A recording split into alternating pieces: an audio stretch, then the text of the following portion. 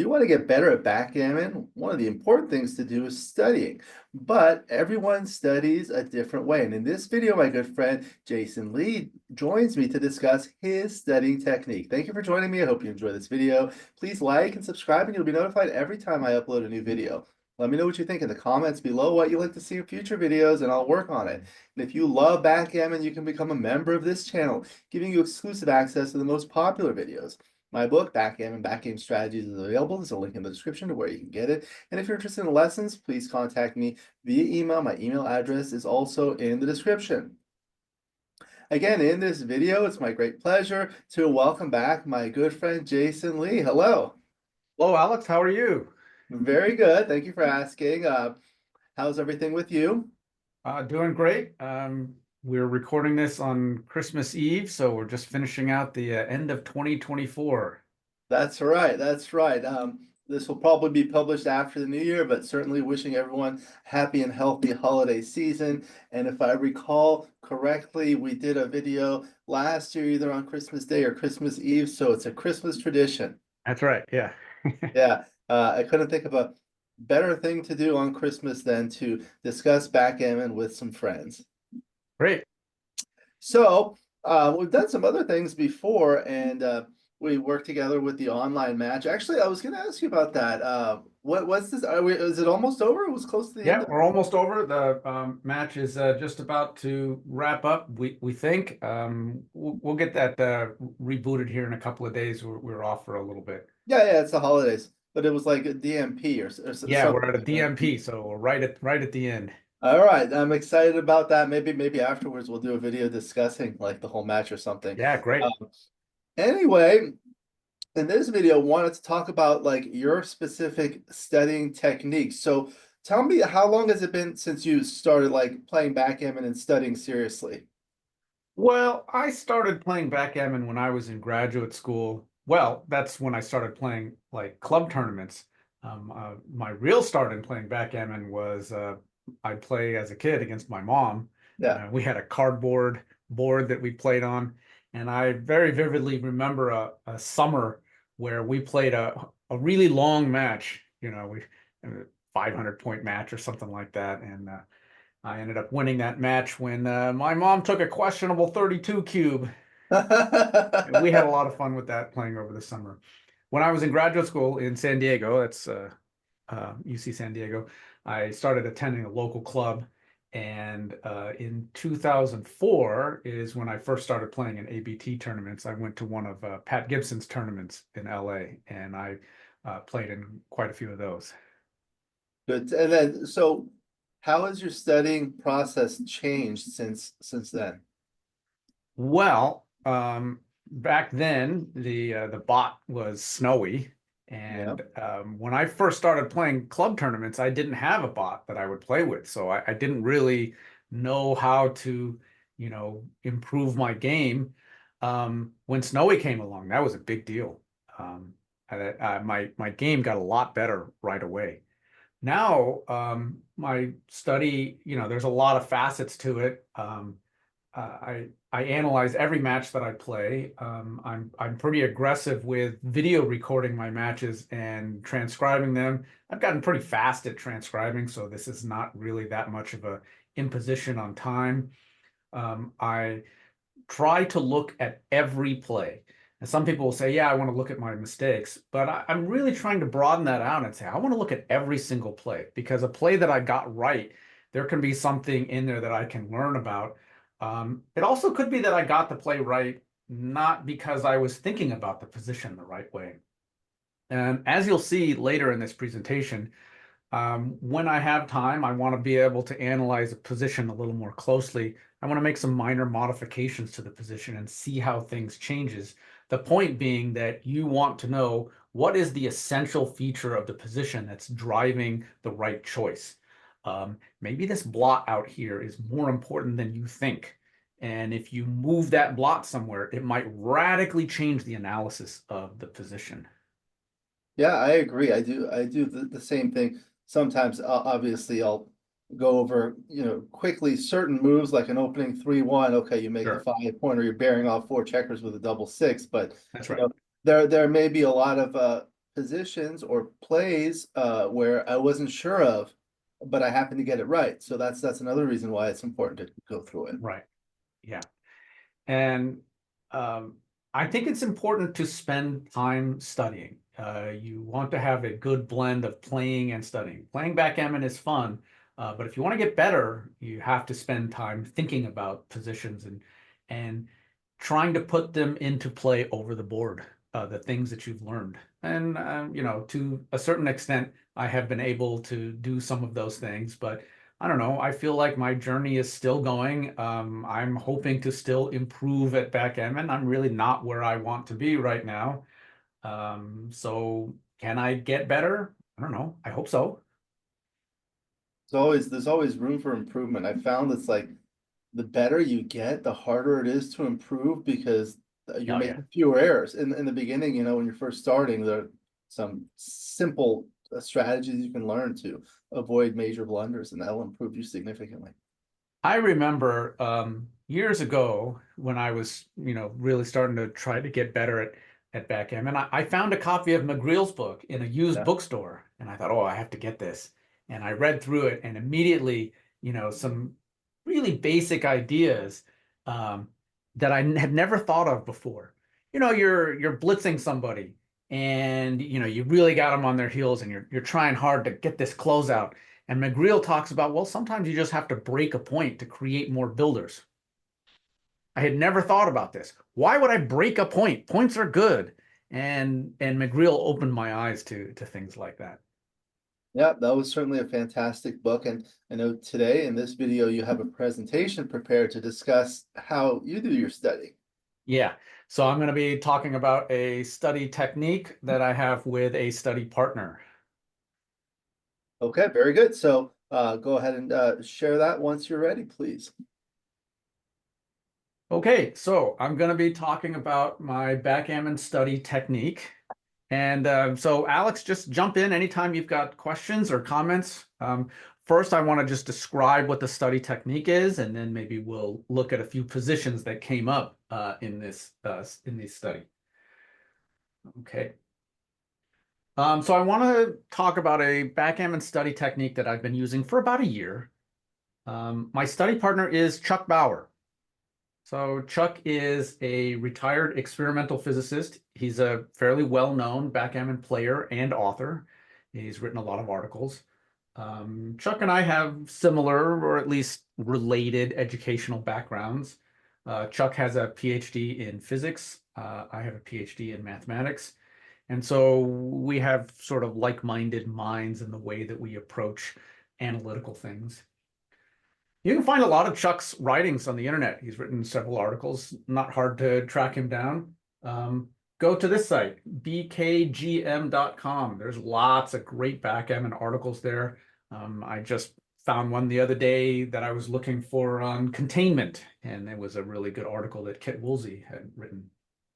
And Chuck has several articles there.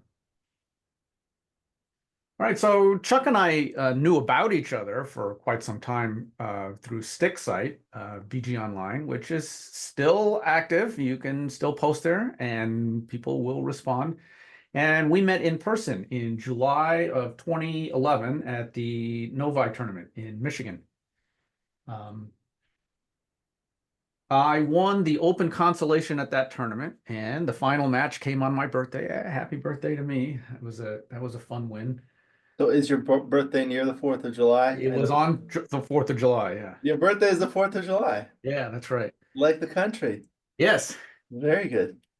So the following year in 2012, Chuck and I played doubles in Pittsburgh, and we've played doubles a handful of times since. I'm deeply sorry to say that Chuck and I have never won a doubles tournament, but that's going to change. We're both going to Chicago in May of 2025, and we are going to be winning the doubles tournament there. All right, so Chuck lives in Indiana. I live in Maryland. We almost always do our study over a video call, pretty much like this. We'll do it over Zoom. And what we do is we play a match against Extreme Gammon. We turn off all player aids. There are no hints, no evaluation of moves, at least until we get to the end of a game. And We even turn off the pip counter. So we are playing with no help at all. And then we discuss every move in brutal detail. We take a long time, our moves, to talk about what we're going to do. At times, we have taken 5-10 minutes to make a decision where we're really trying to break down as much as we can. We look at, follow-up rolls, how do our opponent's rolls play. We're going in great detail. Now, when the game ends, that's when we'll go and look at the XG evaluation, but we don't spend a ton of time on that at that point. We typically will move on and play another game. So it actually turns out that we never complete an entire match in one sitting. And how long are the matches you typically play? We're playing 9-point matches. Okay. Now, since we're discussing in so much detail, sometimes we've had study sessions where we've only completed one game. Typical is we'll complete 2 games. And how long do you spend on these study sessions? The entire study session is about 2 hours, and what I'm about to get to is not all of that time is spent playing. We have another component to it. Okay. All right, now here comes what I consider the important part of the study session. We do homework. We assign each other homework. So what does that mean? So offline, in between our study sessions, we go our separate ways and we do a deeper analysis of our moves. Now, typically, we're going to go through our errors, but sometimes we do it with the plays that we got right as well. And I also do long rollouts. So then what do we do? What is the homework? So this deeper analysis, what we usually do is we'll take these positions and we'll look at alternate positions. And I'm going to show you a few examples. We'll make some small changes and see what does that do to the XG output. Can we learn something from this? We'll change all kinds of things. Positions of blots, positions of anchors, positions of points, change the score, see how that changes things. Sometimes we want to make one change and then make another change so that the pip count doesn't change, so that we are eliminating the race from the parameters. We'll save all of these alternate positions with any notes that we've generated. Maybe we will write something about what we've done. And when we meet for our following session, we share all of this analysis. So now we're sharing our analysis of, the plays that we looked at from the previous week. Not all of the plays, we'll pick and choose things that we think we can learn something from. Oftentimes, I will post a lot of our positions to BG Online. To date, I've posted somewhere about 50 positions to BG Online about some of the study positions that Chuck and I have looked at. I think this is an outstanding thing that you do. I call it position modification. You can, modify the position or the score, and I do that all the time. And you've probably seen it on my videos. And oh yeah, absolutely. In my book, I have probably over 500 different positions where I just like move things around by 1 pip or 2 pips. And that's very insightful. You learn a lot that way. Absolutely. So let me give you this timeline of what our typical study session looks like. Okay, so first we log on, we just do a little chit chat. Hey, how's it going? What have you been working on? What are you thinking about? We'll talk about what's going on in Backgammon. If there was just a big tournament, we might talk about, things that happened in that tournament, maybe some questions that we have for each other about whatever we're thinking about. All right, part 2. Now we'll share homework from the previous week. This can take a while, particularly if we made a lot of mistakes in the previous session. We had a session recently where we made almost no mistakes, and then we had another session where we made a whole bunch of mistakes. And so the amount of homework that we have to share, it will vary. And then finally, we'll continue the match from the previous week. Or, if we completed a match, then we'll start a new match. So typically we meet once a week. Some weeks we don't meet because, we're too busy or something like that. But we've been pretty consistent with meeting once a week. These study sessions will last about 2 hours. The homework and the general chit chat might take up about half of the time. As I mentioned, we almost always do our sessions over a video call. One time we got to do a session in person. Chuck happened to be passing through Maryland, so he came over to my house and we did our study session in person. But we basically did the same thing that we always do. These sessions are almost always just me and Chuck. One time Chuck had a guest at his house who was a backgammon player, and he joined us and chimed in on his thoughts on the positions that we looked at. Now, Chuck and I, we talk about a lot of backgammon topics in that chit chat portion. We have discussed many different things. I'll give you a smattering of things that we talked about, and I figured out some of these things by looking at some of my old emails that I've exchanged with Chuck. Okay, so this is just a sampling of the many things that Chuck and I like to talk about. All right, so we've recently spent a lot of time talking about colorless counting, which is a miracle. We talk about racing formulas. Chuck happens to like the Kleinman count, and then we'll talk about the Heath count. Recently, I've been working on doing a running pip count and trying to improve on my ability to maintain a running pip count as I'm playing. So Chuck and I have talked about that. We talk a lot about opening plays, first rolls, second rolls, third rolls. We've recently talked a lot about trying to calculate take points in match play, where we build in recube vig. We've spent a lot of time talking about that. I've done some computer programming to try to produce some data about this. We talk a lot about backgammon rules and the rulings that are made in tournaments. Chuck and I are kind of rules hounds. We like to talk about these things. We talk about books and videos. We've certainly talked about a lot of Alex's. We've talked about your videos in our study session, and of course your book. I've discussed doing Monte Carlo simulations of tournaments to try to understand the advantages that strong players have in tournaments. And what is a Monte Carlo simulation? Monte Carlo simulation is a mathematical or computer programming concept where you're a simulation, you're trying to replicate what's happening and do it many times. In fact, backgammon players should be familiar with Monte Carlo simulations because a rollout by a bot like XG is a Monte Carlo simulation. In a rollout, what does the bot do? It plays this position many times over and over until we get to the end, and we tabulate the results of having done a rollout many hundreds or thousands of times. That's what a Monte Carlo simulation is. And I'm trying to think about this from a different point of view. Chuck likes to talk about baffle boxes. I think he told me he owns something like 6 or 7 different baffle boxes.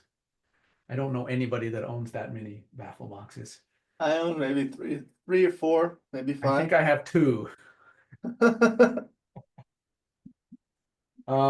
Chuck and I talk a lot about some psychological things like how do you deal with bad behavior in tournaments if your opponent is acting in a way that's not really very nice? How do you deal with that? How do you keep your emotions in check? And how do you how do you deal with it? And we've spent a lot of time talking about that, and I think come to some good conclusions about how to do that. You know, I faced something recently. I'm not going to name my opponent, but my opponent said some weird things, and I worked very hard at the moment to say, okay, I'm going to block this out. I'm going to take my time and play very carefully for the rest of this match and not let this behavior influence the game. I only had the double match point to play after that, but I feel like it worked. I won the match and I only made one mistake in that entire game. So my opponent, who may have been trying to rattle me a little bit, did not succeed. We've talked a lot about what makes good and bad backgammon commentary on streaming. We just recently discussed that. We've talked about taking backgammon lessons, giving backgammon lessons.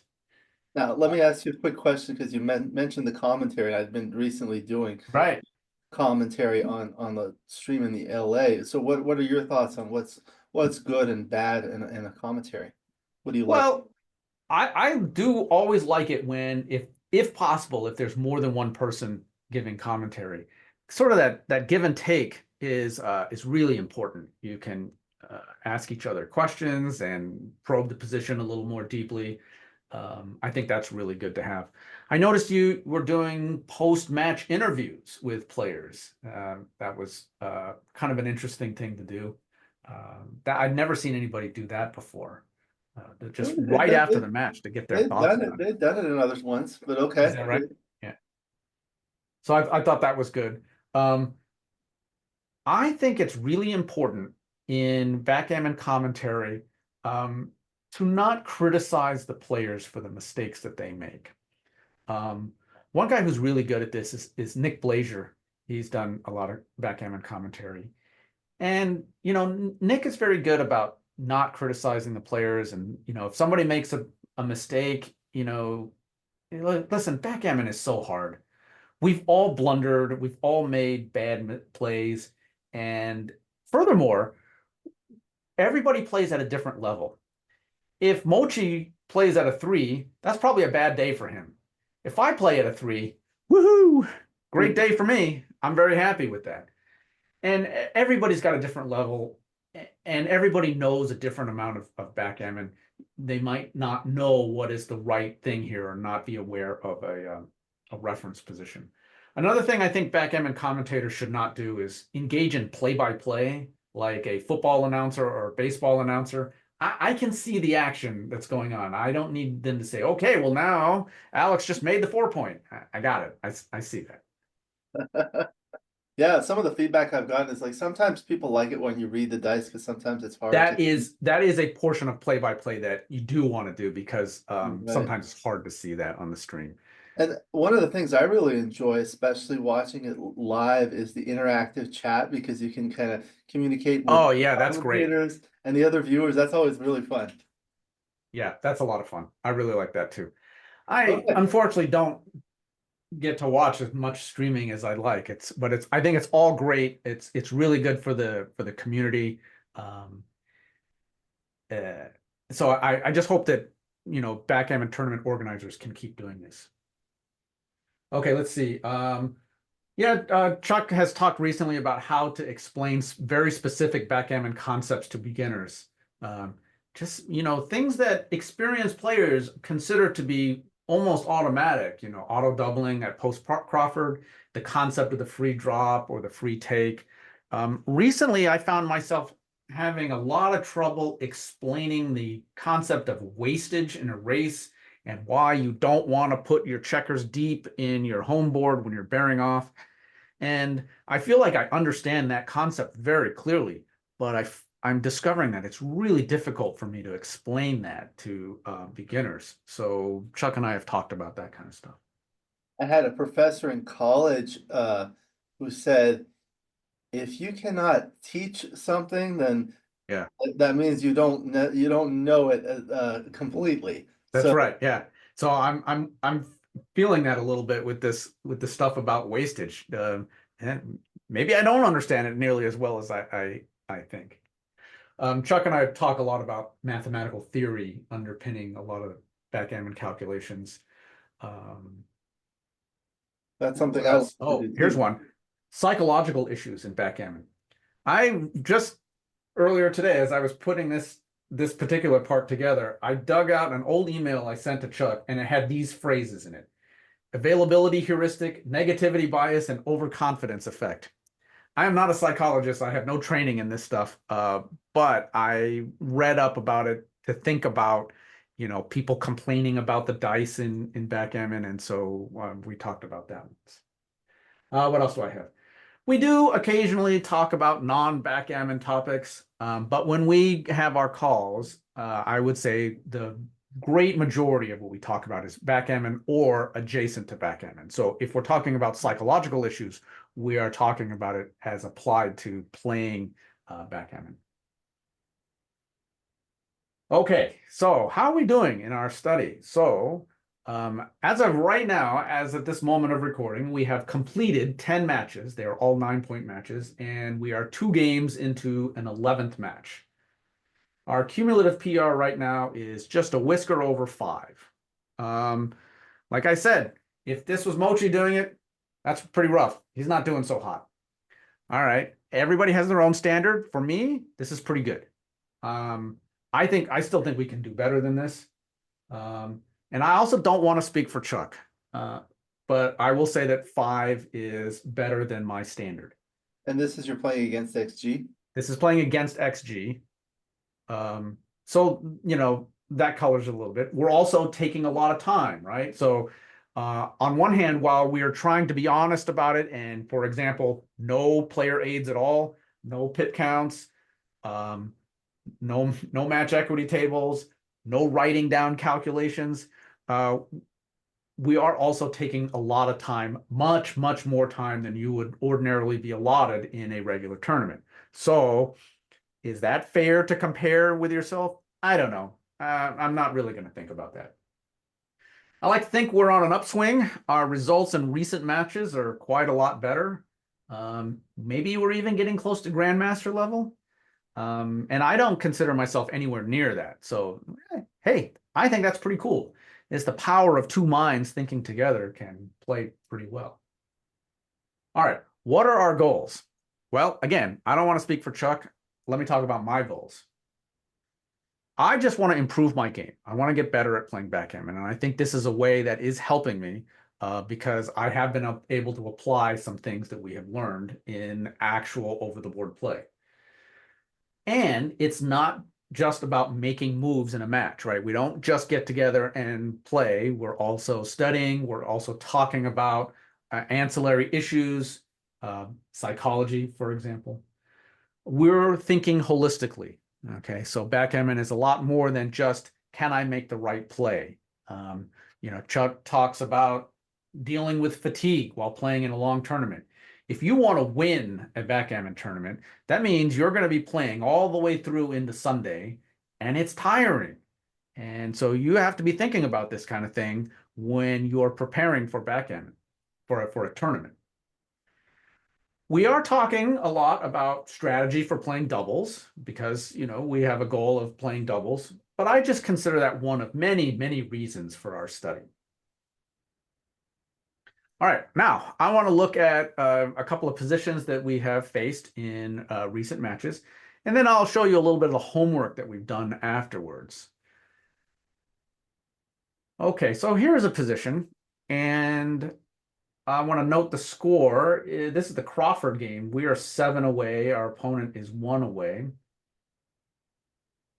Now I put the pip count in here. While we're playing, we don't have the pip count displayed. If we need to do a pip count, we'll have to do it ourselves over the board. So that's actually part of the practice, right? If you're playing over the board, sometimes you need to do a pip count. So let's work on our technique there.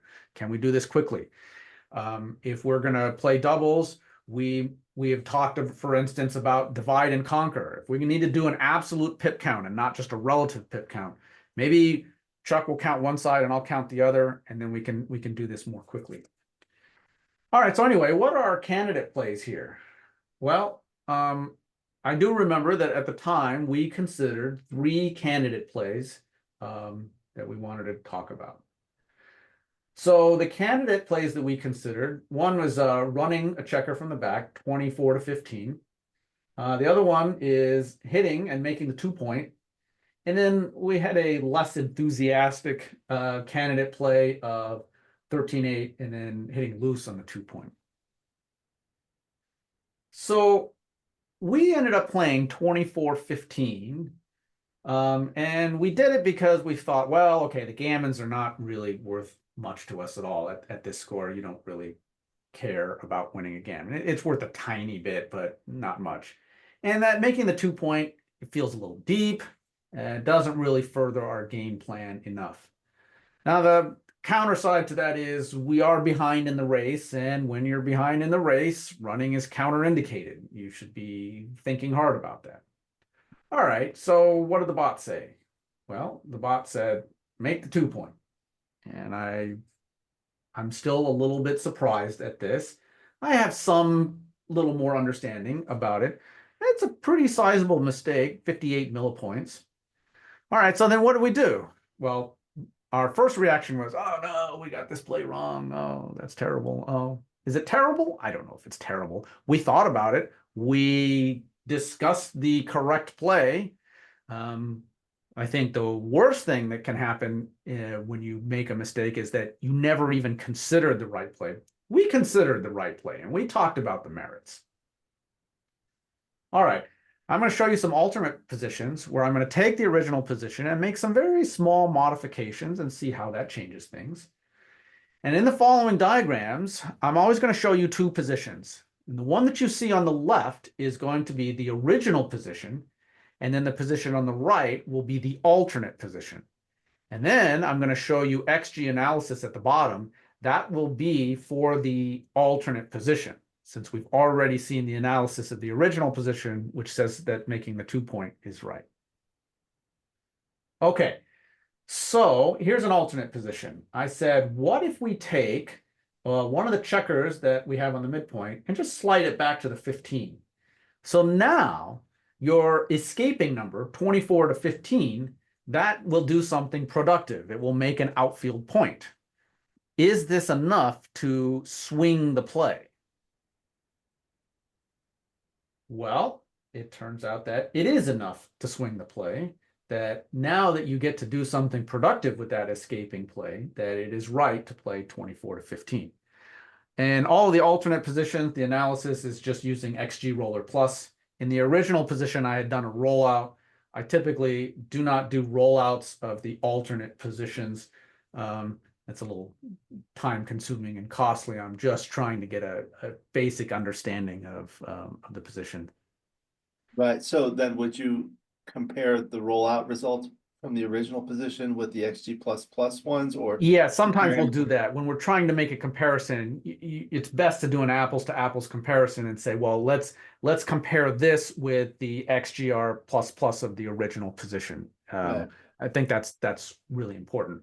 I mean, we do a lot of rollouts of these positions because we want to be able to get the best sort of analysis. And you know how it is. A lot of times you'll do rollouts of a play that XG says you got wrong, and the rollout overturns it. All right, we got it right after all. I'm trying to be fair about that. I'll roll out any play that looks close. So if there's a play that we got right and it was close, sometimes the rollout will overturn that. And, oh, well, actually, we got it wrong. Otherwise, you're cherry picking. It's not really fair. Okay, how about, so the race is important to the original position. Running is counterindicated by the race. Let's make our race better. I'm going to take two checkers from the midpoint and slide them down to make the 9 points. So now we own the 9 point. So what this does is it helps our race by 8 pips. It also creates more blocking and blitzing potential. Well, now still right to make the 2 point. And part of it is you have more material in the zone. You have 10 in the zone now, so a blitz is going to be more effective. Now, blitzing is, one of the great features of blitzing is the possibility of winning a gammon. And at this score, gammon is worth almost nothing to you. So there's that downside of blitzing. But blitzing is still a viable game plan to try to win a game. Okay, I think I have one more alternate position. So in the previous one, I had slid those checkers down to the 9 point. Now let me slide them to the 8 point. This creates better priming potential. Okay, so now what's the right thing to do? Well, you have this burgeoning prime. Now the right thing to do is to run. You don't really need to blitz. You have the beginning of sort of a prime. It's not a great prime because you've made this deep point and you have these, you got the holes on the 4 and the 5. But there's some measure of priming that's going on here. And also the race is much closer. And the race is much closer. We have, from the original position, we have improved our race by 10 pips. All right, so did I learn anything from this? I don't know, maybe. Certainly that, that attacking play is worth something. And so if I see a position like this again in the future, it's something I got to think about. All right, those positions were ones that I had come up with. Chuck did a couple of these. What if we own the 20-point anchor instead of the 22-point anchor? So he slid the anchor up. All right, so this is definitely a useful thing to try. Change your anchor. All right. Well, still right to hit on the 2-point. That doesn't really change much. Okay, let's see. What else do we have? Now, from the original position, I gave white their, or this is Chuck doing this, gave them their 4-point. So take 2 checkers from their 6-point, slide them down to the 4-point. All right, now what? All right, hitting on the 2-point, still right, still make the 2-point. So in a lot of these variations, the 2-point is the right way to go. Okay, and I think this is our last one. What if we change the score?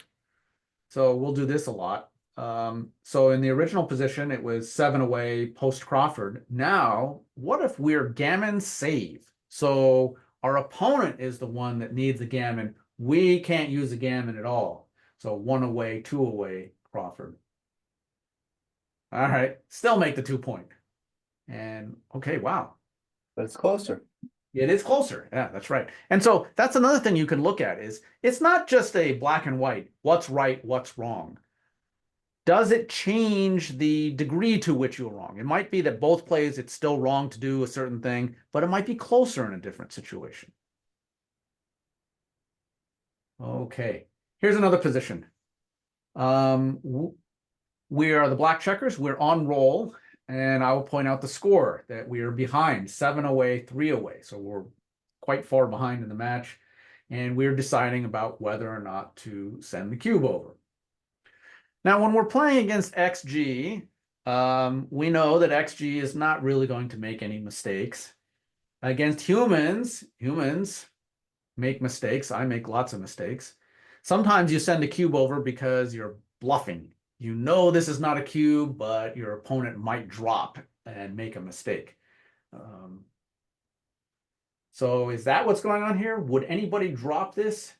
I tend to think no. If you're playing in the open division, I can't really imagine anybody dropping this. So I don't think that you're going to get much out of bluffing here. All right, so what's the right thing to do? Well, I think the score matters a lot. You might not ordinarily consider a cube here if it was 0-0 in a 9-point match. Our position really is not that robust. We've made the 4-point. That's great. The 4-point, I love the 4-point. One of my favorite points. But that big stack on the midpoint is not helping us very much. Now, on the other hand, white has their own big stack problems, right? They've got the 6 checkers on the 6-point, and then they don't have any diversified checkers on the outfield. And then, Alex, what's the name of the concept that you use about the checkers that are, they're 2 apart? So the 4-2 would be used on both sides of the board to make a good point. So that's duplicated. What is your term for that?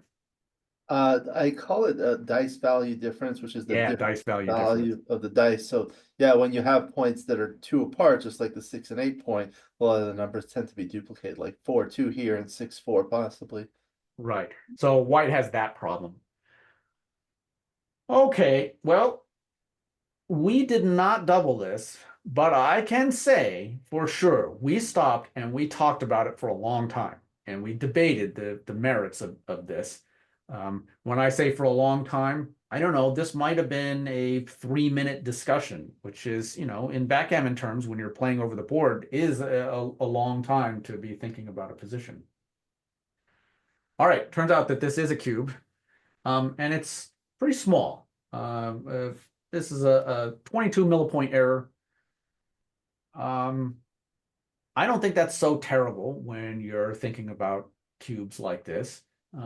Most important was that we had the presence of mind to stop and think about whether or not that we should double this. Because as you're going to see momentarily, at an unlimited score, it's a gigantic mistake to double this. You would not want to do it if it was 0-0. One of the things I'm looking at, and this might be good for you and Chuck, who are math oriented, and maybe some of the viewers, but this is something I learned from the theory of backgammon, is you look at the cube full equity, in this case for double take is 0.657. Right. And then if you look at the section above that, analyze and roll out, the third line is cubeless equity. And you can Yeah, see no double on the left and double take on the right. So the cubeless equity for double take is 0.709, and the cubeful equity for double take is 0.657. So the difference there is actually very small, only 52 millipoints, and that translates to the value of owning the cube, because you're that's right. subtracting the cube full from the cube less equity, and it tells you how much recube vig that the opponent has. Or you don't have a lot of value of owning a 2 cube when you're leading 3 away, 7 away. If you That's right. recube to 4, you're going to get an auto recube to 8, but you'll see those numbers in particular change when you change the score. Right. That's an excellent point. And that what you're talking about, we discussed that. We discussed about how our opponent has very little recube vig in this position because of the score. And that matters a lot. It's almost a dead cube. It's not dead. They can extract some value out of it, but it's very, very small. Their doubling window is really tiny and it's hard to thread that needle. And you know, we've talked a lot about that kind of thing. Okay, let's change the positions a little bit. Okay, what if white has an anchor? So we'll move the blot from the 24 point, we'll step it up to the 22 point. Okay, now what? Do we have a cube now? No, no cube now. And it'd be a fairly sizable mistake to double this. 64 millipoints for a cube decision, I think is a fair amount. We can't, it's harder for us to attack. We're not going to win as many gammons. 11% gammons, Do you know how which, many we gammons would there like to were? be able to win at this score. How many gammons were there in the original position? Yeah, let's go back and look. Almost 18. Yeah. 18%. So Yeah. that's a pretty big difference. And that's another thing you think about, like the value of a gammon or gammon Right, value. right. 4 points will tie the score here. Yeah. Yeah. Okay. What if we move white's blot that was on the 24 point? Now we'll step it up to the 20 point. Is that good for white or is that bad? Well, on one hand, it could be good for white because that means they have a better chance of making that golden point anchor. On the other hand, you also put that blot in closer range to be attacked. So for white, that's a double-edged sword. Okay, well, this is back to being a double, and of course, it's an easy take. The difference now is a little bit bigger. So before, it was a 22 millipoint difference between no doubling and doubling. Now it's a 52 millipoint difference because of the immediate attack potential. In spite of the fact that our winning chances have gone down a little tiny bit because of the possibility that white may anchor. And I think what's going on is that the volatility has gone up in this position. Right. Because you have like double ones, double threes, and double fours become Right. strong. And those are huge swings. Okay. All right. Now, as I alluded to before, what if there was no match score here? We're playing unlimited. Okay. So a penny a point. All right. This is a whopper to double this. And I would say that most players would not really stop and consider sending the cube over here because you're just not quite good enough. You got some work to do. You have some improvements over white. You've escaped a checker. You've made a good infield point. It's just not enough. Percentage of wrong pass needed to make the doubling decision right. There's no way you're going to get 17% of your opponents to drop this. So this is not a bluff cube. Okay, what if we move white's checker on the 22 back? And so we give him an anchor, but it's a deep anchor. It's the anchor you're born with. What about now? Okay, well, now this is a double and a take. This doesn't have nearly as much volatility, but what it does have is more winning chances for black. When white has that deep anchor, their development is so poor. That's what leads you to a cube here. And again, a lot of this is based on the score. Okay, what if we slide that 24 point anchor to the 23 point? Now what's the situation? I found this one to be pretty interesting. Well, the doubling decision is right on the borderline. So what's going on here? Well, that 23-point anchor serves the purpose of freezing these checkers on the 8-point. Black cannot use those quite as readily for attack or builder material to make points or to hit. You can, it just costs you something. Okay, last position that I'll talk about. So this position Jason, was on the first.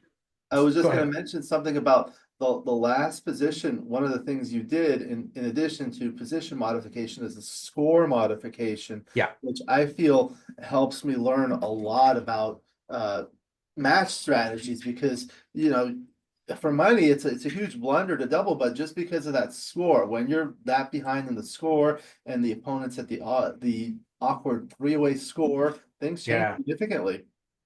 Yeah, that's right. So Chuck and I have talked about one particular playing strategy. Okay. When you're playing a match over the board, at the conclusion of every game, it might be a good idea for you to just stop briefly, look at the score, and kind of assess in your mind, what are my top level strategies here? What do I need to do? And just to have some awareness of that.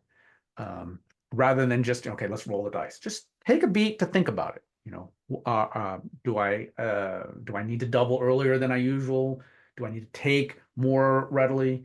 Even if you don't know your take points or your minimum doubling points, just to have some general sense of that so that it's permeating in your mind uh, and uh, and that can affect your play.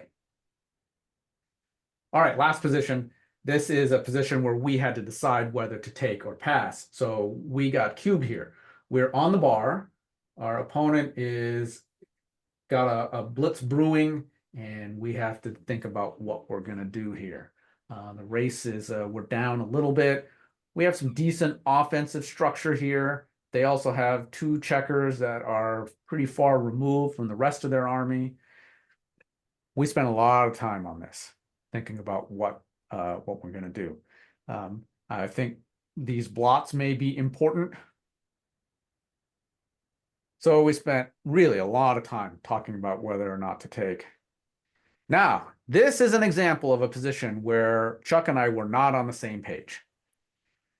It's not that we were in disagreement. Chuck decided he didn't know what he wanted to do. And I felt like I was sure what the right play was. I'm not going to tell you if I was right or wrong just yet. I'm not going to throw Chuck under the bus. I have dozens of positions where Chuck had the right idea and I did not. And Alex, if you wanted to sit here and go over all the positions where I selected the wrong play and Chuck was right, we would be here all week long because I got a lot of those. We can So do a this lot is of not, videos then. yeah, right.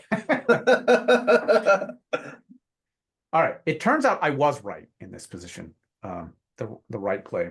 And again, I'm not here to say this because I'm showing off, because I can give you so many plays where I was wrong and wrong by a lot. All right. Now, Chuck wasn't sure, so he deferred to me. That means we did make the right play. Now, we made the right play, but we still ended up doing homework on this because I think this is a complicated position and Chuck felt like he wasn't sure. I said I was sure. Was I 100% sure? No, but I felt pretty confident. Okay, so what is the right play? The right play is to take, and it's a double Whopper with cheese to pass this. I don't think there was any moment where we were really thinking about passing this, or at least I wasn't. I felt pretty confident about this, but these are scary. These are real scary to take cubes like this. It does not take very much imagination at all to see not only could this go wrong, but it can go wrong really badly, and we could lose a gammon here. And then let's keep the box of tissues handy for the tears. All right, let's do some modification. Let's give white a full prime. So they got their full 6-point prime by just picking up this blot on their 10-point and make their 7-point. All right, are we tough enough to take this cube, or should we let this one go? All right, well, It turns out still a take, and it's still a very easy take. So maybe white's forward position isn't the right idea. Of course, one big issue for white is the possibility of crunching. And so by putting that checker forward 3 pips, you just made the crunching potential a little bit worse, actually. So maybe this is not an improvement. Maybe you've made things worse for white. Okay.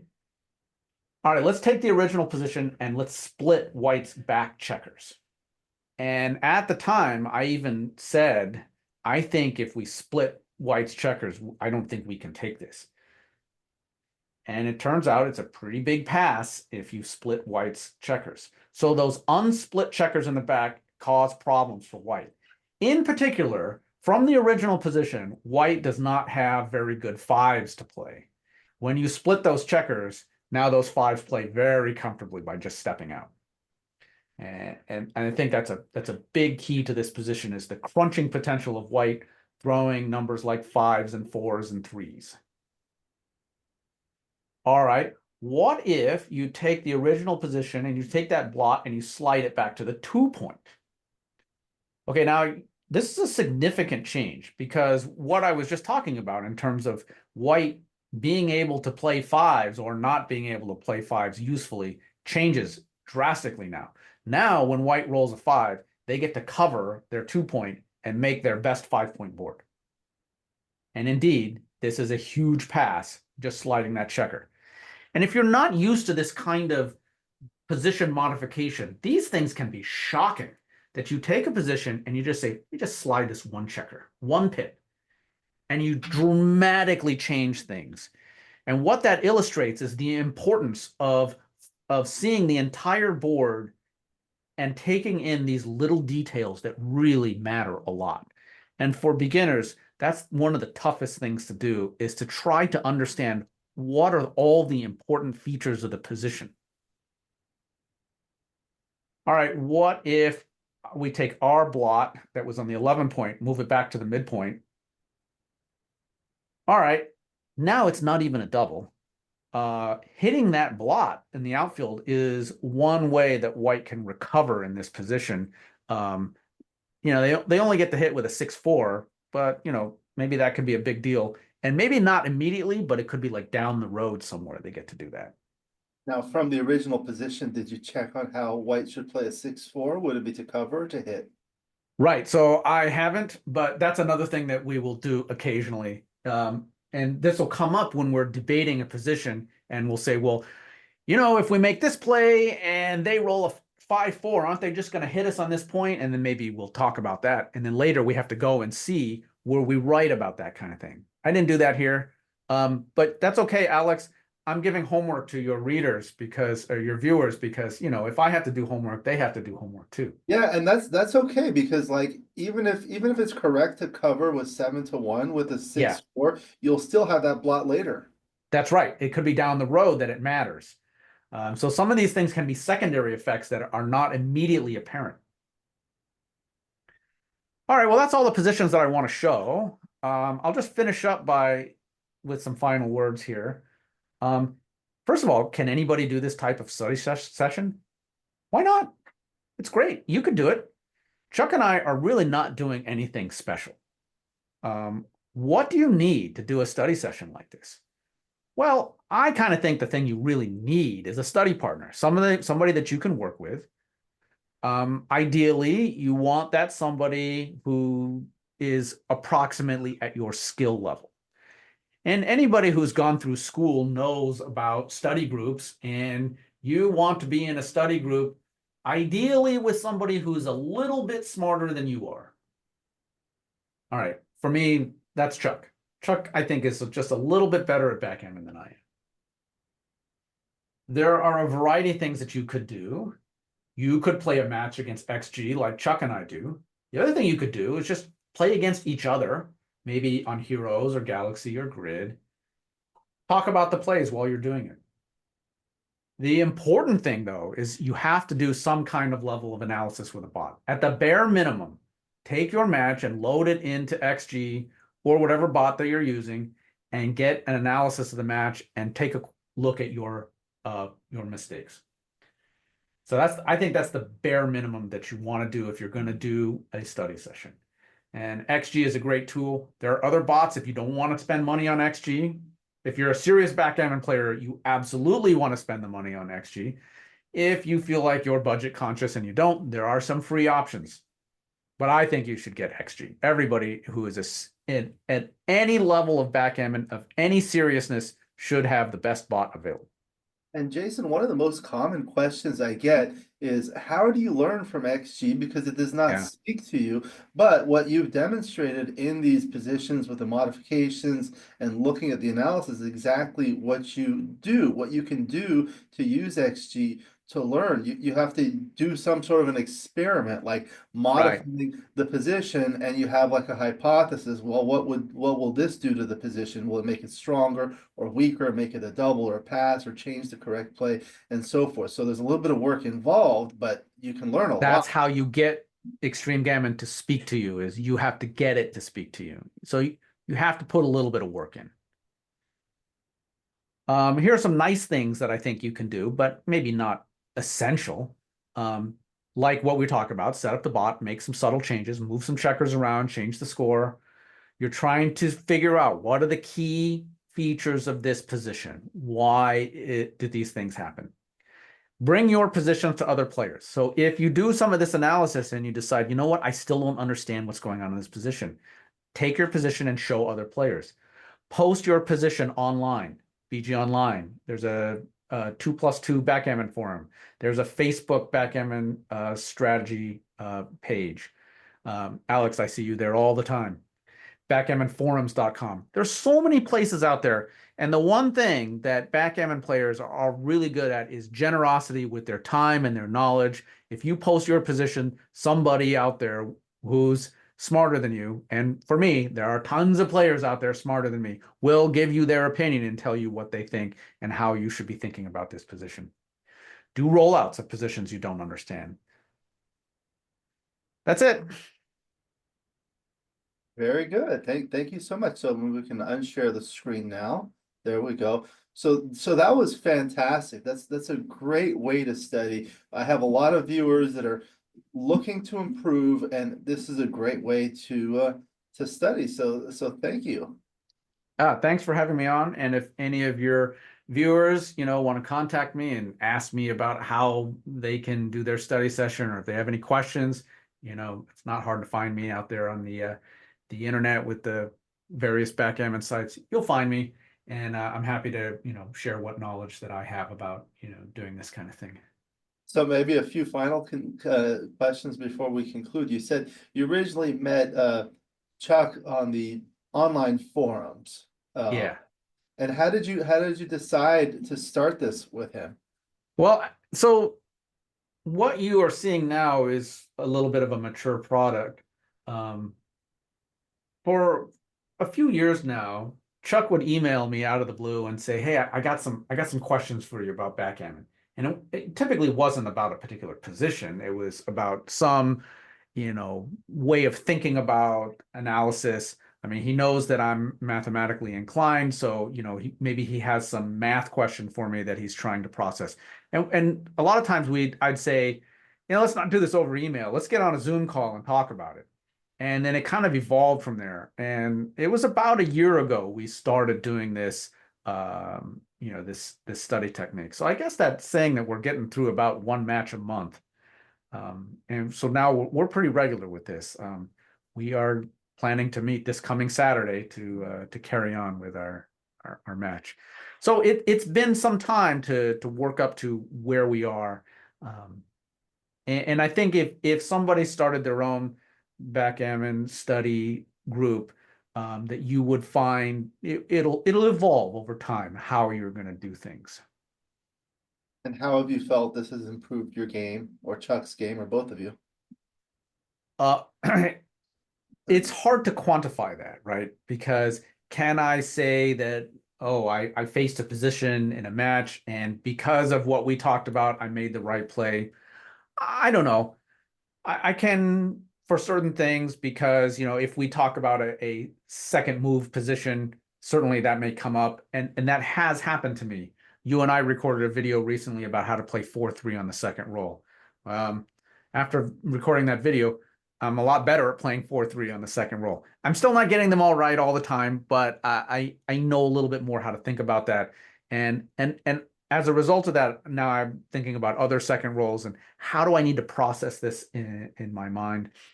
Um, I think one of the big things that I am getting out of this is the importance of selecting candidate plays. Um, because so many times I will make a mistake as a result of just never seeing what the right play was. Well, because Chuck and I are breaking this down in such excruciating detail, we leave no stone unturned in hunting for candidate plays. And it's actually pretty rare that we miss entirely the best play. It does still happen to us from time to time. And the other thing that will happen is we'll bring up the best play, but we won't really talk about it very much. We'll be sort of laser focused on these other three plays. But it is helping me in that area to get better at searching for those candidate plays. And of course, just the whole concept of what are the features of this position that are important? What are the driving features of this? You have the better board, you're ahead in the race, whatever. I mean, all of these things that you're used to thinking about. It just drives home the importance of talking about them and thinking about them when you're processing a move. And I also think that one of the things you said is this is common with me and with most people. One of the most common times people make errors is when they don't even identify the top play. And the things Right. that you're doing is kind of like broadening your horizon so that even if it's not a similar position, you get to another position, you Yeah. are able to identify all the plays. And also the other thing is the method that you use helps you think about what are the key positional features of the specific position that make it strong or weak or make one play better or worse. And then you can use that same type of thought process when you're in a completely different type of position. We're also gotten a lot better at identifying candidates for sending the cube over. Um, it's very, very rare now that we just say, okay, roll the dice and we miss a cube. That just doesn't happen because we have now trained ourselves to think, hey, hold on. Don't roll yet. Let's talk about this. And it may end up being 30 seconds later, we say, yeah, this is ridiculous. There's no way this is a cube. And it turns out it's not. But you have to stop. You have to stop and think about it because you are going to miss cubes if you don't force yourself to actively train your mind to say every roll really is a cube decision. I mean, Kit Woolsey always talks about this. Every roll is a cube decision. Well, if you're going to do it right, then you have to take that to heart. And maybe you're going to stop and look at some pretty ridiculous positions where, no, there's no way this is a cube. But stop. Just stop for a quick moment and think about it. And when you're playing over the board, you got 12 seconds of delay time. How about you use that 12 seconds in a productive way? Take a beat and think about it. Yeah, that's fantastic. So that was great. That was a great discussion about how you study, and I'm sure a lot of the viewers will benefit from it and start to use these types of training tools to study themselves. So thank you very much. All right. Thanks, Alex. Do you have any final comments before we conclude? Yeah, I'm looking forward to playing a lot of backgammon in the coming year. I'm planning to travel to 3 tournaments in 2025. I'm going to New York in a couple of weeks. Right after that is the Charlotte tournament. I'm going to go to Charlotte. Then I get a home game. The Cherry Blossom is a 40-minute Yeah, drive from my house, so I'll play there. And then Chicago in May.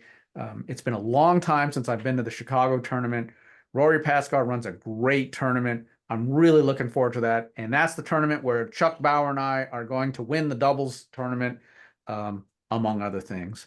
But I'm really looking forward to that one. Um, Also, the Chicago tournament is, since it's in May, it's in baseball season. I am very much hoping to sneak away, get to see the Cubs or the White Sox play. because I'm a big baseball fan. So that is a huge attraction for me to be able to go to Chicago during baseball season. If I recall correctly, you're a Giants fan? I am a Giants fan. I went to high school in San Francisco, and it is possible I'm the only person in the state of Maryland that has a San Francisco Giants license plate frame. Do you? That's funny. Okay, well, wonderful. Thank you again. Good luck. I hope you enjoy those tournaments. I think that's the most important thing.